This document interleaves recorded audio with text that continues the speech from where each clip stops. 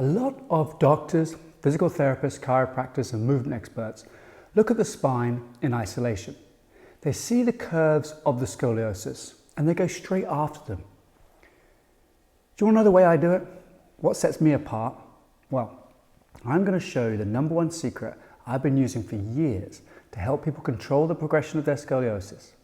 It's simple, doesn't require any equipment, and yet can be the difference between you making progress and wondering what you're doing wrong.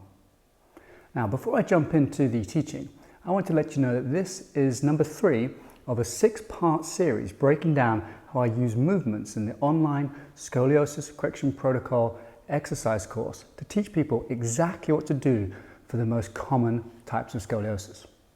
They are the reverse C-curve, reverse S-curve, and regular S-curve. And in the first video, I showed you why the traditional advice you receive from your doctor isn't going to help you address the pain, fatigue, and the look of your scoliosis. And it certainly isn't going to help you stop, slow down, or even regress the progression of your curve. I explained to you how scoliosis is a 3-dimensional problem and why it requires a 3-dimensional solution.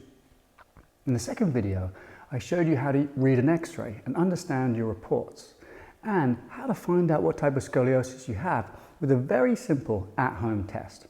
After all, you can't go to work on your scoliosis until you know exactly what type it is.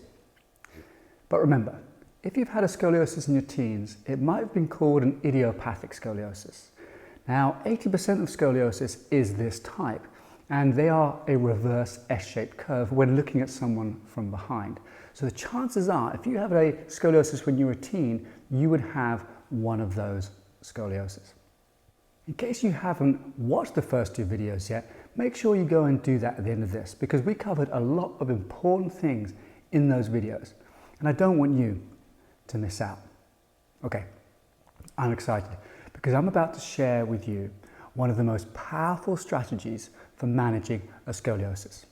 But it's one that's overlooked by so many therapists, doctors, and most people aren't even aware of this yet. I call it setting the foundation. You see, the pelvis is the foundation of the spine. And when you look at it, the pelvis is balanced on these 2 little sticks we have called legs. And let me show you a diagram to explain what I mean.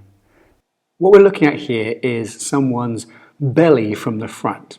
Obviously the guts are removed and all that kind of stuff, but what we're looking at are the muscles, namely the psoas muscle here and the iliacus muscle here. So these are the 2 big hip flexors, but when they start misbehaving, when they get tight, they can actually pull the spine to the side and they can rotate it and they can extend it. And they can also mess with the hip as well, and I'll show you what I mean. So here we have the psoas on this diagram, and it's tight, so it's pulling the spine to one side, causing the scoliosis. But it's also affecting the way the hip is, and if the hip is flexed, it will unbalance the pelvis, and also it will unbalance the knee as well. So the psoas, for my money, is the main culprit of an unbalanced pelvis, but it's also one of the easiest things to fix. So I'm going to show you how to do that now. Okay, we're going to talk about setting the foundation. In this case, the foundation is the pelvis. What we want to do here is make the pelvis have the best chance of being sort of solid and stable and level, so that the spine can then have the best chance of any slowing down of the curve or even correcting a curve. All right, so one of the main muscles we're looking at here are the hip flexors, namely the psoas muscle and the iliacus muscle. The psoas comes from the spine, goes over the front of the pelvis and onto this bone here called the femur, and the iliacus goes from the inside of the pelvis over the front, joins the psoas and ends up attaching in the same place on the femur. And what they do essentially is take our leg from back here and then bring it forward like this. That's the hip flexion motion. But when we sit and we have the legs bent like this, these muscles can get tight. So for example, on my right hand side here, these muscles will be getting a little bit shorter now. On my left hand side here, they would be lengthened. But what we want to do is see how much length do we actually have in those muscles. So right now you can imagine the muscles going from my pelvis or from my spine down to my leg. It's dead straight here. So if I was to draw a line from my knee, through my hip, through my shoulder, up into the head, this would be the starting point. Okay, this would be like neutral. If we can get in this position, great. Now I want to see how far back can my knee go behind me or my pelvis go forward.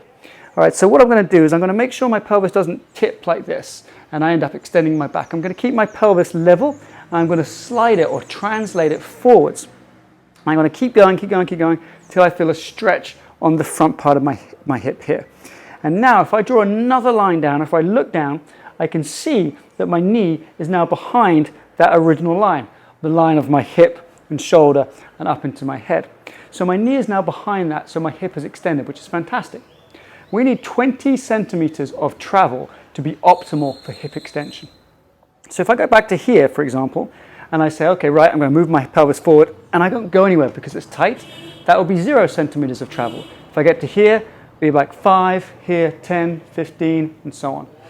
The other thing is that we need to watch out for when I want you to do this exercise is that it's very easy to look flexible by arching your lower back and kind of dropping way down in here.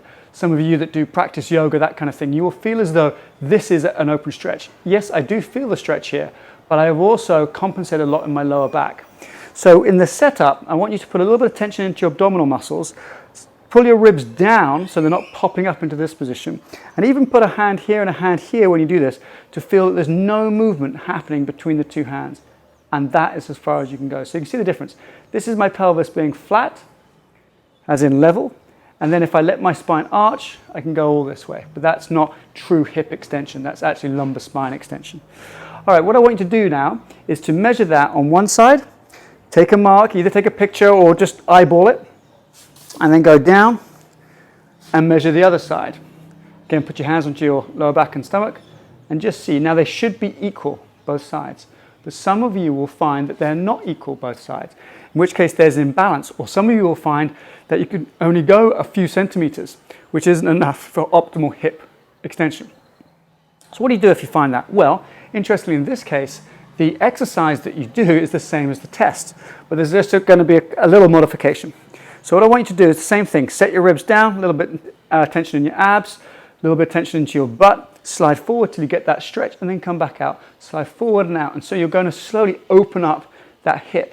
Okay, so we're stretching these muscles now, pushing my pubic bone away from me in that direction. All right, but this muscle, interestingly enough, attached to the spine. So if I lean over this way, I'm going to get some stretching in the front of the muscle. So I'm going to do 10 repetitions with me leaning to the right here. And once I finish those 10, then I would do the same thing, but I would lean to the left. Maybe put a little chair here for balance or something like that. So now I'm leaning to the left. Okay, I'm not going to do all 10 now, but when you find a tight side, that's what you would do. Then, as it comes up onto the spine, we know if we rotate the spine, we can actually pull the top parts of the muscle a little bit. So we're going to rotate now, in this case, to the right. Again, repeat 10 movements. And now I'm going to rotate to the left and repeat 10 movements.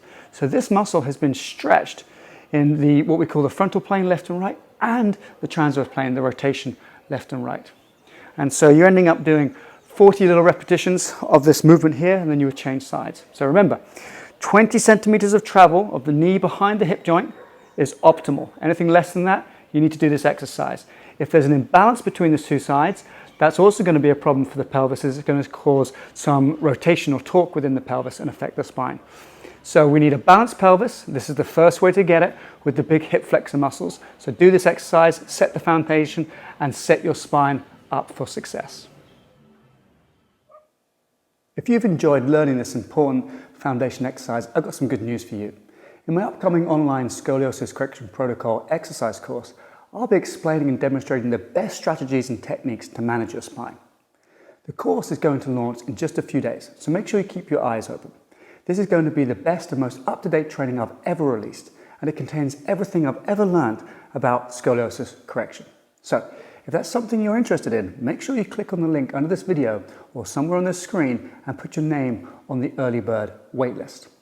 Once on the early bird waitlist, you'll get access to the protocol registration link the night before the protocol reaches or is launched to the public. This means that you have a greater chance of being accepted. So, place your name on the early bird waitlist. Just click on this link, put in your name and your email, and your spot will be reserved and you'll get early access to the program. In the next video, I'll show you the complete plan from the beginning to the end of what you need to follow to understand exactly what you need to do for your scoliosis. This knowledge can help you be free from pain and it will help you know what exercises you can do to slow down, stop, and even reverse the progression of your scoliosis.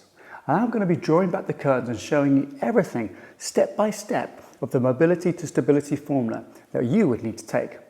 Now, you don't want to miss this video because I literally share the complete program with you.